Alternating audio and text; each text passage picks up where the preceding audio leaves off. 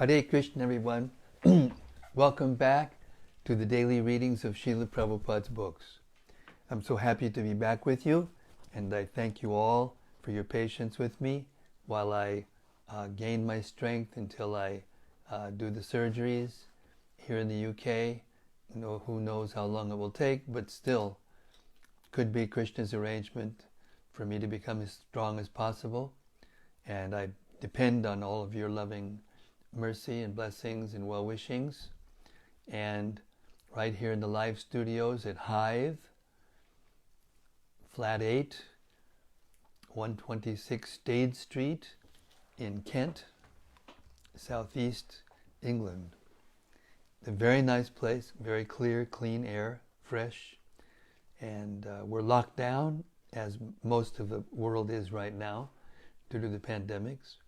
But we're kind of been in training for this for such a long time, because the kind of work I do keeps me pretty much in my room most of the time, wherever I'm, even when I'm traveling. So I'm just feeling the ecstasy of hearing and chanting, being with the devotees, and trying to get my health together. Okay, Srimad Bhagavata Mahima Stotram, Srila Sanatana Goswami's Ode to the Bhagavatam, his glorification of the Srimad Bhagavatam, and it goes like this: Sarva Shastrabdi Piyusha, Sarva Vedaika Satpala, Sarva Siddhanta Ratnadya, Sarva Lokaika Drikprada. O nectar from the ocean of all scriptures, singular fruit of all the Vedas, rich mine of the precious gems of all conclusive truths, you are the only giver of sight to all the worlds.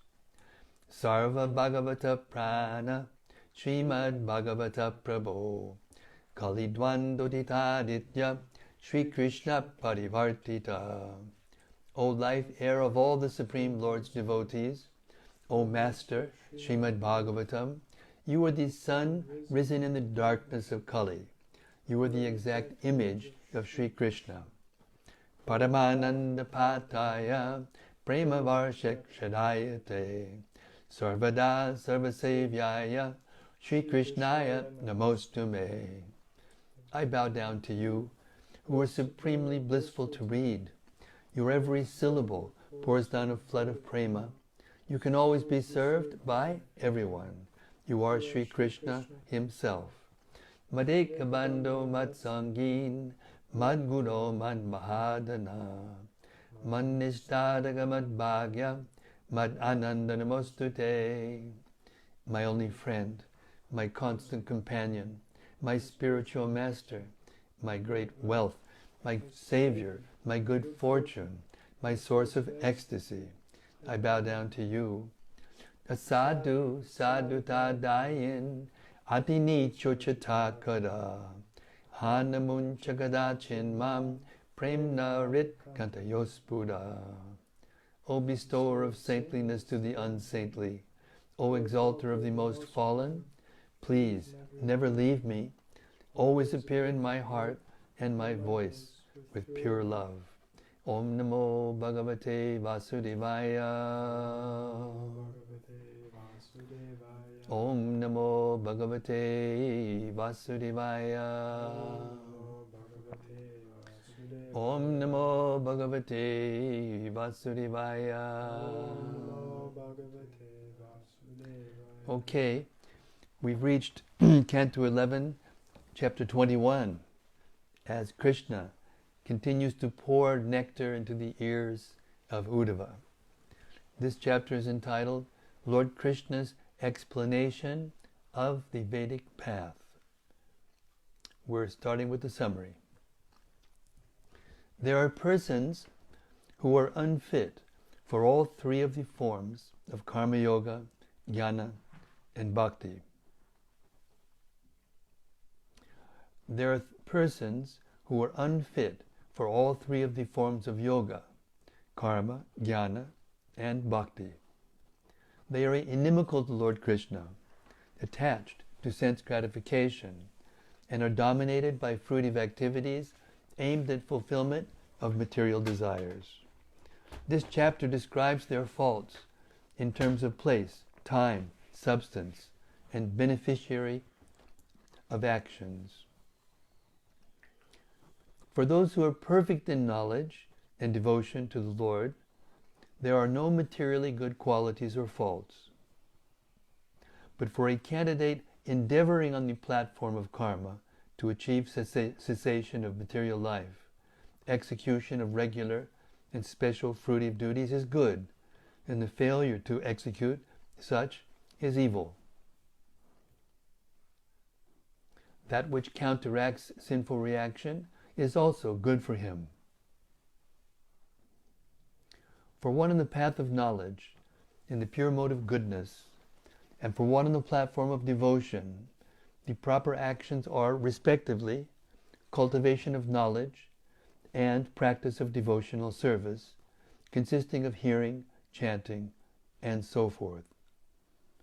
For both, everything detrimental to their proper actions is bad.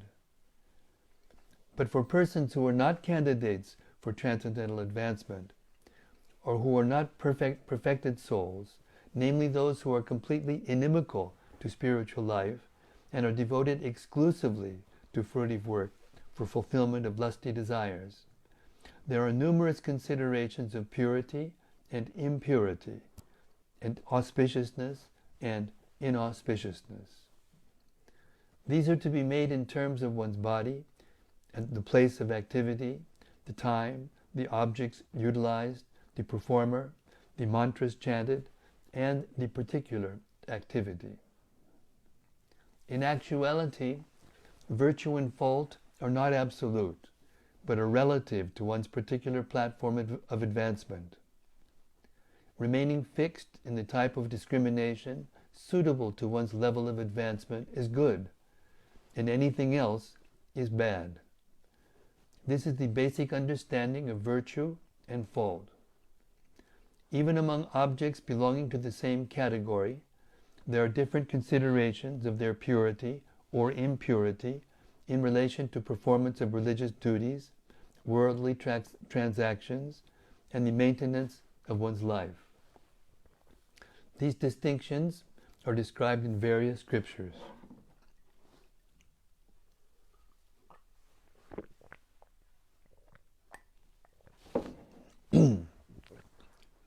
The doctrine of Varnashram codifies precepts of bodily purity and impurity. With respect to place, purity and impurity are distinguished by such facts as the presence of black deer. In connection with time, there are distinctions of purity and impurity, either in terms of the time itself or in terms of its specific relation with various objects. In connection with physical substances, distinctions of purity and impurity are made in terms of sanctification of objects and words, and by such activities as bathing, giving charity, performing austere penances, and remembering the Supreme Lord. There are also distinctions of the purity and impurity of the performers of actions. There are also distinctions of the purity and impurity of the performers of actions. When one's knowledge of mantras is received from the lips of the bona fide spiritual master, one's mantra is considered pure, and one's work is purified by offering it unto the Supreme Personality of Godhead. If the 6 factors of place, time, and so forth are purified, then there is dharma, or virtue, but otherwise there is adharma, or fault. Ultimately, there is no substantial basis in distinctions of virtue and fault, because they transform according to place, time, beneficiary, and so on. In regard to the execution of prescribed duties for sense gratification, the actual intent of all the scriptures is the subduing of materialistic propensities, such as the actual principle of religion that destroys sorrow, confusion, and fear, and bestows all good fortune. work performed for sense gratification is not actually beneficial. The descriptions of such fruitive benefits offered in various palashrutis are actually meant to help one gradually cultivate a taste for the highest benefit. But persons of inferior intelligence take the flowery benedictory verses of the scriptures to be the actual purport of the Vedas. This opinion, however, is never held by those in factual knowledge of the truth of the Vedas. Persons whose minds are agitated by the flowery words of the Vedas have no attraction for hearing topics about Lord Hari. It should be understood that there is no inner purport to the Vedas apart from the original personality of Godhead. The Vedas focus exclusively upon the Supreme Absolute Truth, the personality of Godhead. Because this material world is simply the illusory energy of the Supreme Lord, it is by refuting material existence that one gains disassociation from matter. Text 1. The Supreme Personality of Godhead said, "Those who give up these methods for achieving me, which consist of devotional service, analytic philosophy, and regulated execution of prescribed duties, and instead, being moved by the material senses, cultivate insignificant sense gratification, certainly undergo the continual cycle of material existence." Purport. As clearly explained by Lord Krishna in the previous chapters, philosophical analysis and also the performance of prescribed duties are ultimately meant for achieving Krishna consciousness or pure love of God. Devotional service, based on hearing and chanting the glories of the Lord, directly engages the conditioned soul in the Lord's loving service, and thus is the most efficient means of achieving the Lord. Shall I repeat that again? You wouldn't mind? Oh, okay. Devotional service based on hearing and chanting the glories of the Lord directly engages the conditioned soul in the Lord's loving service, and this is the most efficient means of achieving the Lord. All three processes, however, share a common goal, Krishna consciousness. Now the Lord describes those who, being completely absorbed in material sense gratification, do not adopt any authorized means to achieve the Lord's mercy. Currently, hundreds of millions of unfortunate human beings fit squarely into this category and, as described here, perpetually suffer the bondage of material existence. Text 2. Steadiness in one's own position is declared to be actual piety, whereas deviation from one's position is considered impiety. In this way, the two are definitely ascertained. Purport.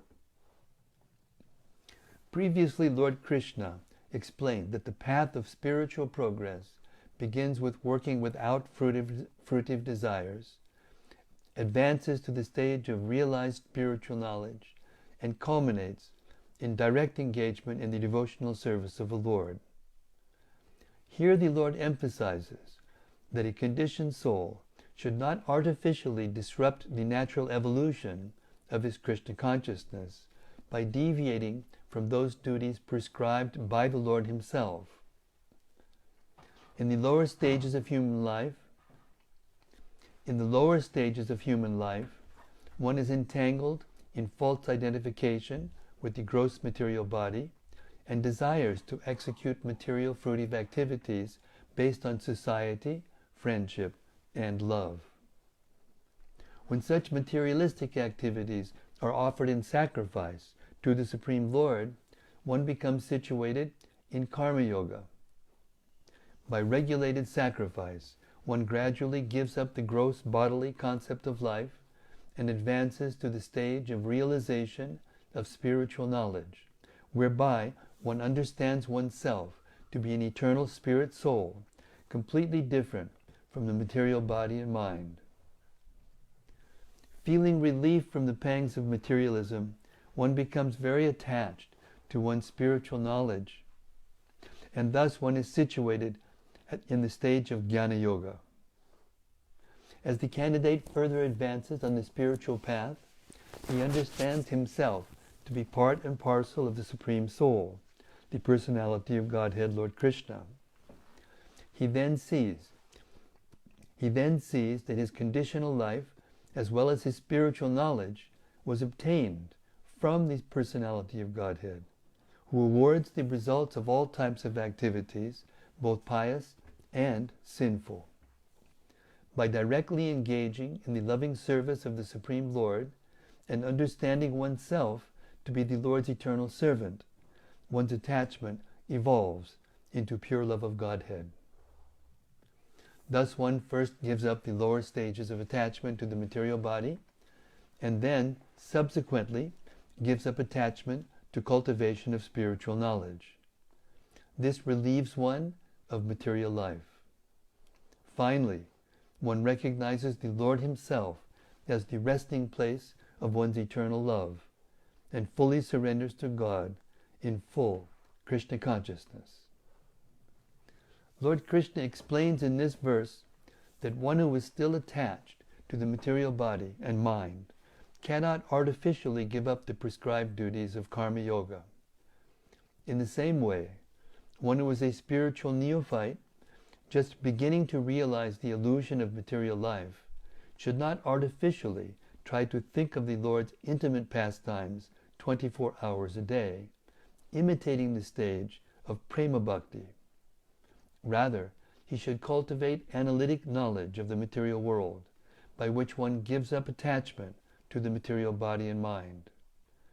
In Srimad Bhagavatam we find many analytic descriptions of the material world, and they can free the conditioned soul from false identification with matter.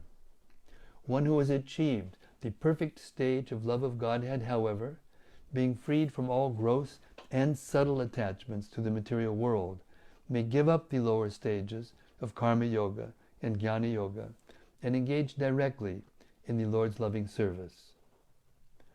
In chapter 19, verse 45, Lord Krishna states, Guna dosha drishir dosho gunas tu bhayam varjitaha. One should not see material good and evil within a devotee of the Lord. Indeed, one becomes pious by giving up such mundane conceptions.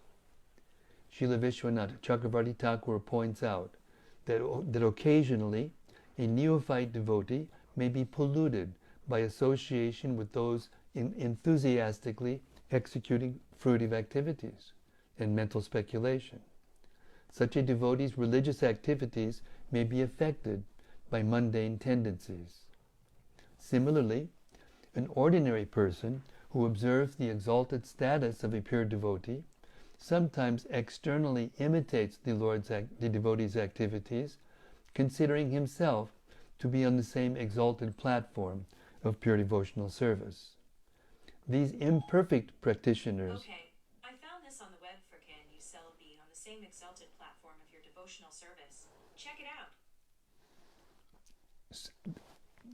Siri is listening attentively. She's even repeating sentences verbatim. Hare Krishna. Very good, Siri. You're on your way. Okay. I'm starting back one sentence, just so Siri gets it straight. Srila Vishwanath Chakravarti Thakur points out that occasionally a neophyte devotee may be polluted by association with those enthusiastically executing fruitive activities and mental speculation. Such a devotee's religious activities may be affected by mundane tendencies. Similarly, an ordinary person who observes the exalted status of a pure devotee sometimes externally imitates the devotee's activities, considering himself to be on the same exalted platform of pure devotional service. These imperfect practitioners of Bhakti Yoga are not exempt from criticism, since their fruitive activities, mental speculation, and false prestige are material intrusions in the pure loving service of the Lord. A pure devotee engaged exclusively in the Lord's service should not be criticized, but a devotee whose devotional service is mixed with material qualities may be corrected so that he can rise to the platform of pure devotional service. Innocent persons should not be misled by the mixed devotional service of those not engaged exclusively in the Bhakti Yoga system. But those unable to fully engage in Krishna consciousness should nevertheless not give up their regular prescribed duties, declaring them to be illusion. For example, one unable to fully engage in pure Krishna consciousness should not give up his family, considering it an illusion. For by doing, he will fall into illicit sex. I'm going to repeat that. This is very important.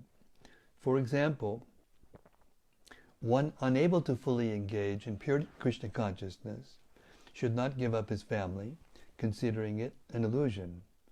For by doing, he will fall into illicit sex life. Material piety and analytic knowledge of the material world must therefore be cultivated until one comes to the stage of directly practicing Krishna consciousness. Text 3. O sinless Uddhava, in order to understand what is proper in life, one must evaluate a given object within its particular category. Thus, in analyzing religious principles, one must consider purity and impurity. Similarly, in one's ordinary dealings, one must distinguish between good and bad, and to ensure one's physical survival, one must recognize that which is auspicious and inauspicious. Purport. In religious activities, ordinary dealings, and personal survival, one cannot avoid value judgments. Morality and religion are perennial necessities in civilized society. Therefore, distinctions between purity and impurity, piety and impiety, morality and immorality must somehow be ascertained. Similarly, in our ordinary worldly activities, we distinguish between palatable and tasteless food, good and bad business, high-class and low-class residences, good and bad friends, and so on, so forth. And to ensure our physical health and survival, we must constantly distinguish between what is safe and unsafe, healthy and unhealthy, profitable and unprofitable. Even a learned person must constantly distinguish between good and bad within the material world. But at the same time, he must understand the transcendental position of Krishna consciousness. Despite one's careful calculation of that which is materially healthy and unhealthy, the physical body will collapse and die.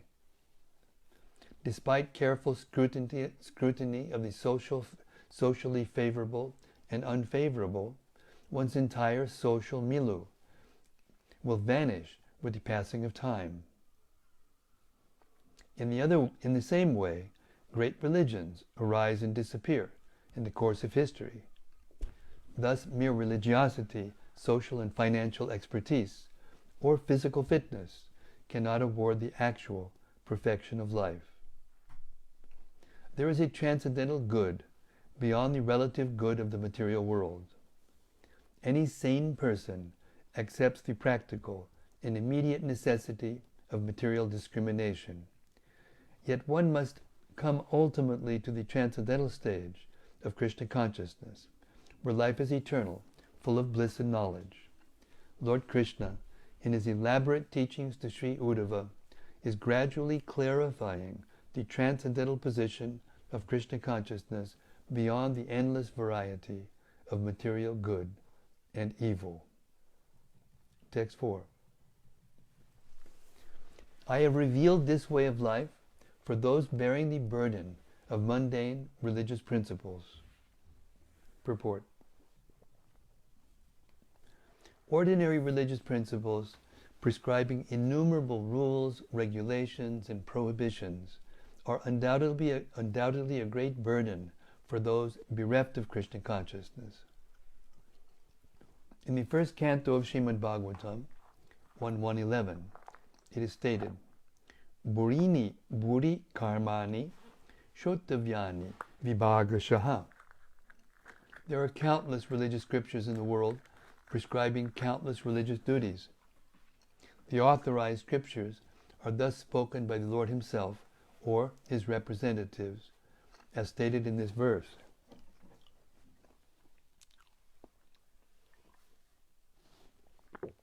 In the last chapter of Bhagavad Gita, 1866, Lord Krishna states, Sarva dharman parityajya mamekang sharanang braja. One should give up the troublesome burden of mundane piety and directly take to the loving service of the Lord, in which everything is simplified. Lord Krishna also states in the Bhagavad Gita 9.2, Susukam kartum avyayam. The bhakti process, which depends completely upon the mercy of the Lord, is very joyful and easily performed. Similarly, Lochandas Thakur sings, Parama Karuna, Pahundvi Jana, Nitai, Gaurachandra, Saba Avatar, Sarda Shiromani, Kevala Ananda Kanda. Sri Chaitanya Mahaprabhu, who was Lord Krishna himself, appeared 500 years ago to distribute the sublime method of chanting the holy names of the Lord. In this way, rather than bearing the burden of artificial austerity, one can directly take to the Lord's service, cleansing one's heart, and immediately experiencing transcendental bliss. Those who have taken to Chaitanya Mahaprabhu's movement follow 4 basic principles: no illicit sex, no eating of meat, fish, or eggs, no intoxication, and no gambling. They rise early in the morning, chant Hare Krishna, and spend the day happily engaged in the Lord's service. Those who follow the ritualistic Karmakanda section of the Vedas, however, are burdened with innumerable regulations, rituals, and ceremonies, which must be personally performed by the worshippers or performed on their behalf by qualified brahmanas. At any moment, there is danger of discrepancy, resulting in the total loss of their accumulated piety. Similarly, those on the philosophical path must painstakingly define, refine, and adjust philosophical categories, a process that generally ends in confusion, in hopelessness. The practitioners of mystic yoga undergo grueling penances, subjecting themselves to severe heat and cold, near starvation, and so on. All such materialistic persons have personal desires to fulfill, whereas the devotees of the Lord, who desire the Lord's pleasure, simply depend upon the Lord's mercy and go back home, back to Godhead. In the previous verse, the Lord mentioned that in the material world there are endless distinctions and value judgments to be made in the course of one's life. A devotee, however, sees Krishna within everything and everything within Krishna, remaining humble, simple, and blissful in the Lord's service. He does not perform elaborate religious ceremonies, nor does he become antisocial or immoral. The devotee simply chants the holy name of Krishna, and it easily achieves the highest perfection of life. Ordinary persons endeavor for bodily maintenance, but a devotee is automatically maintained by the Lord's mercy. A devotee's ordinary dealings and religious activities are also dedicated to the personality of Godhead, and thus there is nothing but Krishna in a devotee's life. Thus, there is nothing but Krishna in a devotee's life. Krishna gives all protection and maintenance, and the devotee gives everything to Krishna. This natural, liberated situation is called Krishna consciousness. I have to read this again. Sorry, it's too nice. A devotee's ordinary dealings and religious activities are also all dedicated to the personality of Godhead. Thus, there is nothing but Krishna in a devotee's life. Krishna gives all protection and maintenance, and the devotee gives everything to Krishna. This natural, liberated situation is called Krishna consciousness. It is the ultimate absolute good, as explained by the Lord throughout this canto. Text 5. Earth, water, fire, air, and ether are the 5 basic elements that constitute the bodies of all conditioned souls, from Lord Brahma himself down to the non-moving creatures. These elements all emanate from the one personality of Godhead. Purport. All material bodies are composed of different proportions of the same 5 gross elements, which emanate from the one personality of Godhead and cover the living entities who are all in the jiva category. The concepts of good and bad depend on the choice of the Supreme Lord and not on inherent qualitative differences in material objects. I'll read that again. The concepts of good and bad depend on the choice of the Supreme Lord and not on inherent qualitative differences in material objects. A Krishna-conscious person ultimately sees all material phenomena as one. The devotee's good behavior, intelligent discrimination, and artistic sense within the material world are all based on the will of God. The material elements, being emanations from the Supreme Lord, are ultimately all non-different. However, advocates of mundane piety fear that if the material duality of good and bad is minimized, people will become immoral and anarchistic. Certainly the impersonal and atheistic philosophy preached by modern scientists, in which material variety is reduced to mere mathematical descriptions of molecular and atomic particles, leads to immoral society. Although both material science and Vedic knowledge uncover the illusion of material variety and reveal the ultimate oneness of all material energy, only the devotees of Lord Krishna are surrendered to the supreme absolute piety of God's will. Thus they always act for the benefit of all living entities, accepting material variety in the Lord's service according to the Lord's desire. Without Krishna consciousness or God consciousness, people cannot understand the absolute position of spiritual goodness. Instead, they artificially try to construct a civilization based on interdependent self-interest on the material platform. Such a foolish arrangement easily collapses, as evidenced in widespread social conflict and chaos in the modern age. Welcome to the coronavirus. Social conflict and chaos in the modern age. All members of a civilized society must accept the absolute authority of the Supreme Personality of Godhead, and then social peace and harmony will not rest on the flimsy relative platform of mundane piety and sin. Otherwise, Krishna will put you in your room, in your house, and you can't come out. Hare Krishna. Okay. Text 6.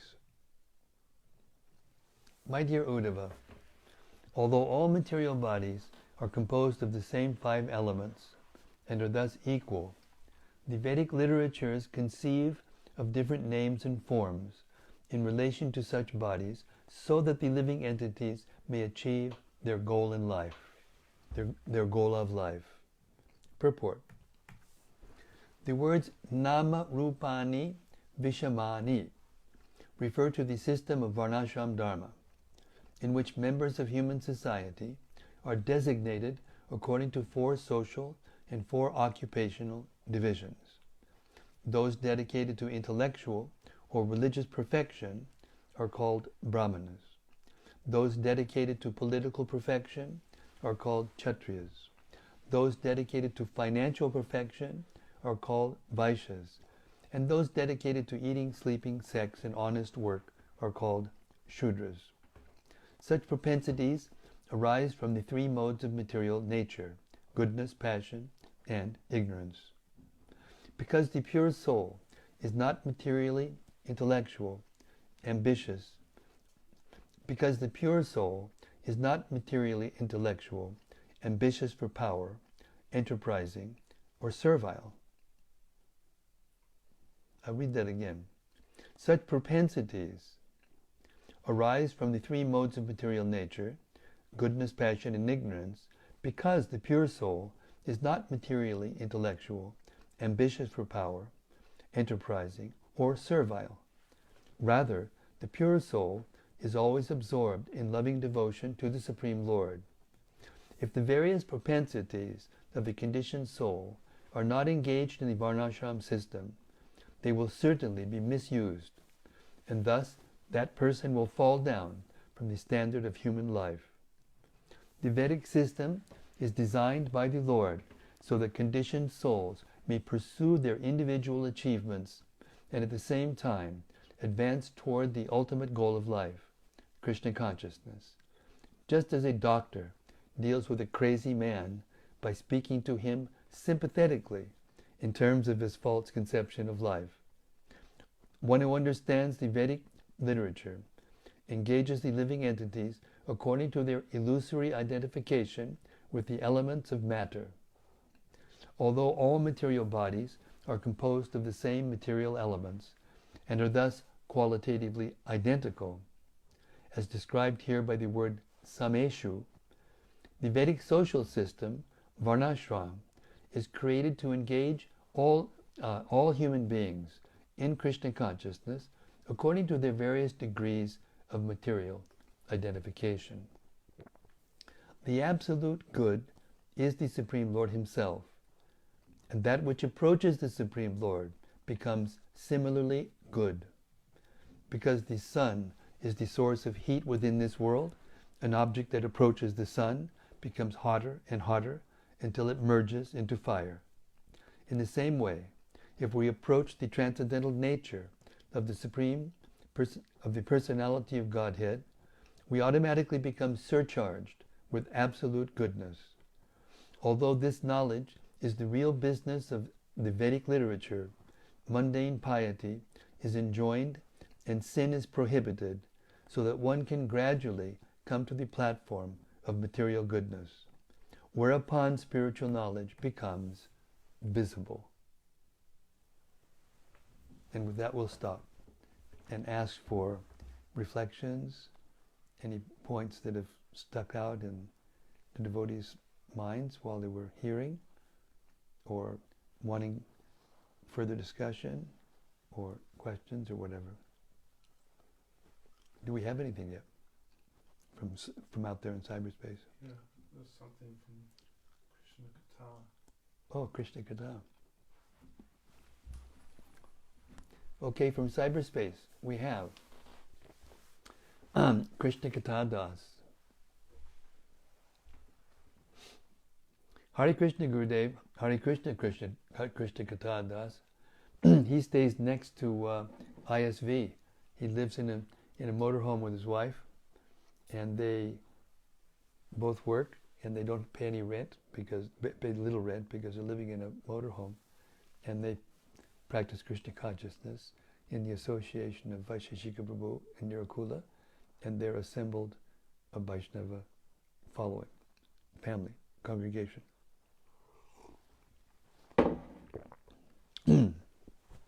Krishna Kathadas says, Hare Krishna Gurudev, please accept my obeisances. It is wonderful to hear you again, live, and to be able to participate live. In text 1, the phrase in the purport, authorized means of achieving the Lord's mercy, really stood out to me. We are completely dependent on Krishna's mercy, and there are real means of getting this mercy. This reminds me of the story you tell of how Prabhupada stated in a class how he could not fall down. Then he was seen praying very hard, and when asked what he was praying for, he said he was asking Krishna to protect him from falling down. Could you talk a little about some of the authorized ways we can achieve the Lord's mercy, like praying and reading? Well, this is the beauty of Krishna consciousness. Susukam kartamaviyam means it's easy and it's blissful. It's simple, as the purport, one of the purports we read. Why? Why is Krishna consciousness so simple, and the materialistic activities of piety and impiety so complicated? Because in Krishna consciousness, there's only one goal, and that's to satisfy Krishna. If one's thinking of how to satisfy Krishna, then one can hear and chant about Krishna and satisfy Krishna.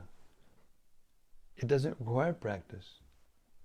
You can satisfy Krishna immediately. Now the degree to which you can perceive that, and the degree to which you perceive pure bliss in Krishna consciousness, is being discussed here in these purports.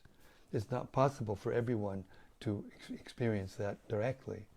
So therefore, Krishna recommends that we stay in our prescribed duties as prescribed to us by the modes of nature and by Krishna. And at the same time, stop speculating about what is true and what is not. This is the answer to your question, and it's the same answer that Lord Chaitanya extracted out of Ramananda Roy in the 8th chapter of the Madhya Lila Chaitanya Charitamrita. Lord Krishna asked, so how do we achieve the goal of life? What is the goal of life? And Ramananda Roy began by explaining the Varnashram system, by executing the Varnashram duties. Lord Chaitanya said, no, that's external. Maybe you have something better.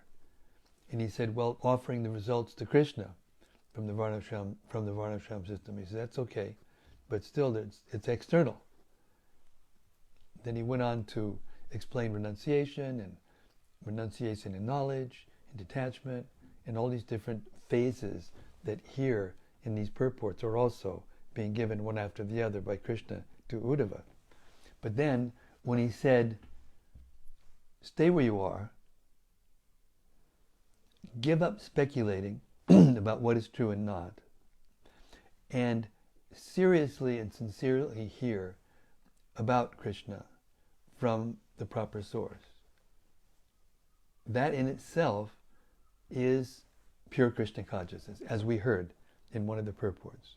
The hearing and the chanting together with other Vaishnavas is pure Krishna consciousness. It's not that you have to do something more to be able to get the goal. That is the goal. But your ability to perceive the goal comes as your heart becomes purified by that same process. You don't have to take another process to achieve the goal. You don't have to organize yourself in a special way and do very difficult austerities and complicated rituals and all these things, which are pious, according to the Vedic conclusion. All that is needed to perfect your life in Krishna consciousness and to get a taste for hearing and chanting, so that we no longer even will bring it up. The more the taste we have for Krishna consciousness, the less reason there is to bring up how to do that. Because you realize that the means to achieve the goal and the goal are the same. In other words, Krishna and his holy name are the same. The Srimad Bhagavatam and Krishna are the same. The Bhagavad Gita and Krishna are the same. The Chaitanya Charitamrita and Lord Chaitanya Mahaprabhu, who was Krishna and Radha personally, are the same. You get the goal by associating with the goal. That is the beauty of pure Krishna consciousness. And the easiest way to perform pure Krishna consciousness and to achieve the perfection in pure Krishna consciousness is to hear and chant the glories of the Lord every day, seriously, with other pure devotees of the Lord. There's a question from back to Charlie from Wales. Hey, Bhakti Charlie, Haribo.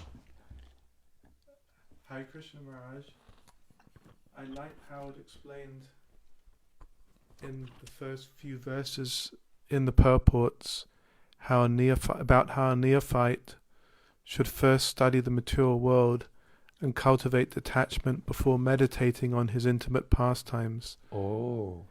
As a neophyte, how much importance should we put on studying and reading books like Krishna book and about Krishna's pastimes? See, lucky for us, the Krishna book is pure Krishna's pastimes with the commentaries of all the acharyas in terms of philosophical understanding proper, and Prabhupada's ultimate realization of how to apply that according to time and circumstance, and us particularly. So in other words, when you read Prabhupada's books and you don't drift off into the arena of studying the intimate pastimes of Krishna through the commentaries of different acharyas before us, then the tendency is to prematurely go there. But if you read those things, we're talking about Bhagavatam 10th Canto, we're talking about Chaitanya Charitamrita, through the lens of Srila Prabhupada's purports and through the lens of Chaitanya Mahaprabhu's instructions, then you're safe, completely safe. So one time, I'll give you a classic example of what I'm talking about. Anecdotal, but pertinent, relevant. In 1975-76, when the Chaitanya Charitamrita first came out, there was a group of devotees, and it spread a little bit. It must have been about maybe altogether, by the end, 100 devotees. In LA, London, a couple other places. And they decided that because the Chaitanya Charitamrita said, Lord Chaitanya said, that the pastimes of the gopis are the highest thing, therefore they decided that on their own, that because it says in the Gita that whatever we think of at the time of death, that's where we'll go, so we'll just hear and think about the gopis, and therefore we'll become gopis when we leave our bodies. So when Prabhupada heard about this, that there was actually a cult starting, and they were getting together, and that's all they were doing, he became furious. He brought the leaders of the groups into his room, and they started to preach to Prabhupada. Well, I don't know if that's the right word, preach to Prabhupada, but they were referring to things in Prabhupada's books directly to Prabhupada, to his face, to convince him that they were doing what he wanted them to do. When Prabhupada was sitting there telling him, that's not what I want you to do. And finally Prabhupada got just furious. I wasn't in the room, but I heard very soon afterwards. And even his lips were quivering. He was flushed. He was very upset. He said, you're not ready to do that yet. And they argued and argued and argued. Finally, more or less Prabhupada said, then go out. Start your own movement. You're more advanced than we are. And then at the end, after that, and then they left. And then there were just some leading devotees in the room. And Srila Prabhupada looked at them and said, but that does not mean that we boycott Srimati Radharani. So it's wrong also to reject any topic about Krishna and the gopis in Srimati Radharani because of that incident. Just read Prabhupada's books, 10th Canto of Bhagavatam, Krishna book, especially Krishna book, because he didn't comment on those pastimes in the 10th Canto of his Bhagavatam series. But the Krishna book has got everything. And it'll explain to you everything clearly. And then you'll be able to read it innocently, not prematurely thinking that you can become a gopi just by always hearing about the gopis. The position of our position in the spiritual world, our original relationship with Krishna, Prabhupada explained to us, is more or less fixed. When I say more or less, in the spiritual world there's no hard and fast rules for anything, but people are spontaneously loving Krishna and wanting to be with Krishna in different ways. But from our position, from our point of view, we may think like that.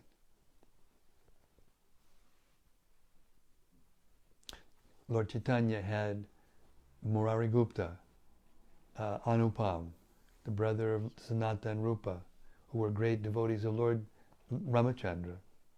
And he tested them. And after he saw that they were fixed at the lotus feet of Lord Ramachandra, he would simply glorify them to the other devotees who were pure devotees of Radha and Krishna.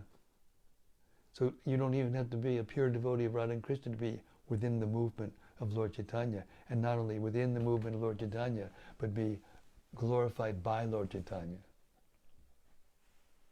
Please, Lord Chaitanya.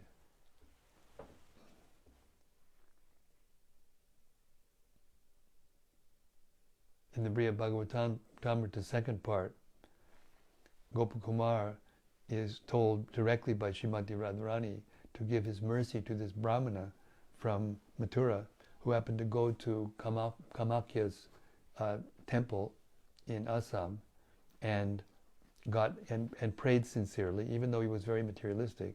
And she gave him mercy and told him to go to Vrindavan. Then she told Gopakumar to meet him and give him her mercy. And what ended up happening? He was a coward boy. He was a coward boy. And so was Gopakumar. So these tendencies are all due to immature spiritual understanding. If we just follow the instructions of Srila Prabhupada in his purports collate the essential points being made by all the acharyas about all the points that you can conceive of and possibly assimilate in a lifetime.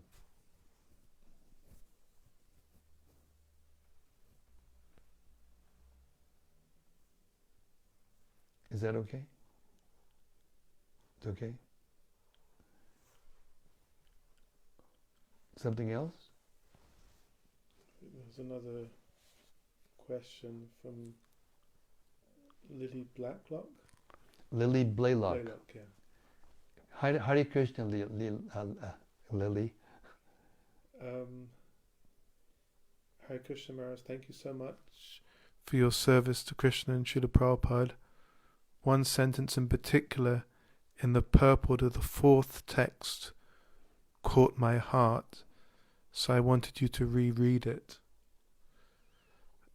A devotee, however, sees Krishna within everything and everything within Krishna, remaining humble, simple and blissful on the Lord's service. Can you please speak a little bit more about this? Well, I guess it takes a little imagination, but if you just think, what would it be like if you could see Krishna everywhere, in everything, and in everyone, and everything within Krishna? Wouldn't you feel happy? Wouldn't you feel satisfied? It means you'd be always in the presence of Krishna. You would always feel like you were in the presence of Krishna. This is actually the process of surrender, as described by Sanatana and Rupa Goswami.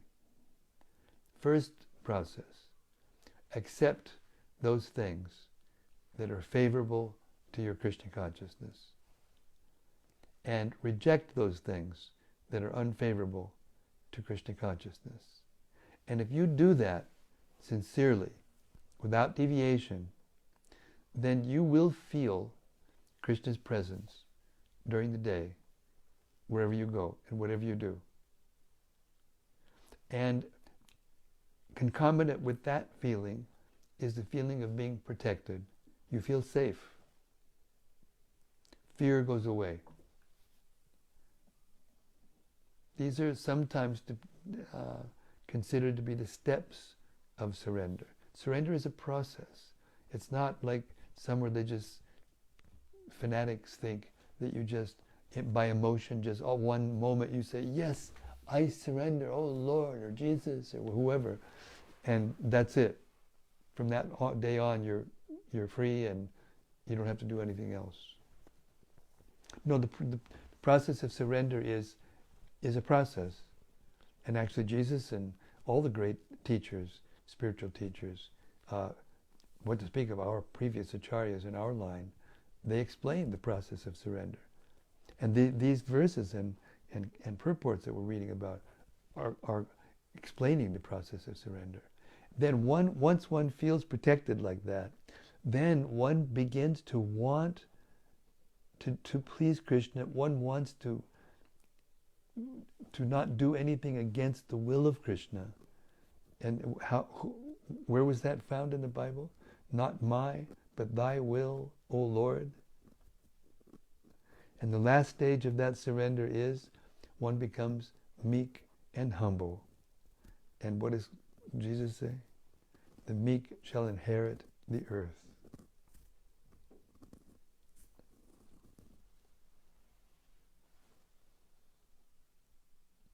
So that analytic study that is being discussed in that section, where that sentence is, we have to make sure that we don't take one sentence out and don't consider it with the other sentences that come before it and after it, so that we can understand. This is what you achieve by the analytic study of this material world and how it is created by Krishna, how it is a transformation of Krishna's energy, how you can see Krishna present by accepting that truth, and through the lens of that knowledge, seeing Krishna everywhere. So it's a step-by-step process. And if you try, the point that's being made here by Krishna to Uddhava is that if you try to jump forward before you actually understand, and before your vision changes through the assimilation of transcendental knowledge, through understanding properly the analytic study of the material world, according to Krishna's instructions, mainly Kapila Dev. And Lord Chaitanya, he explained it also.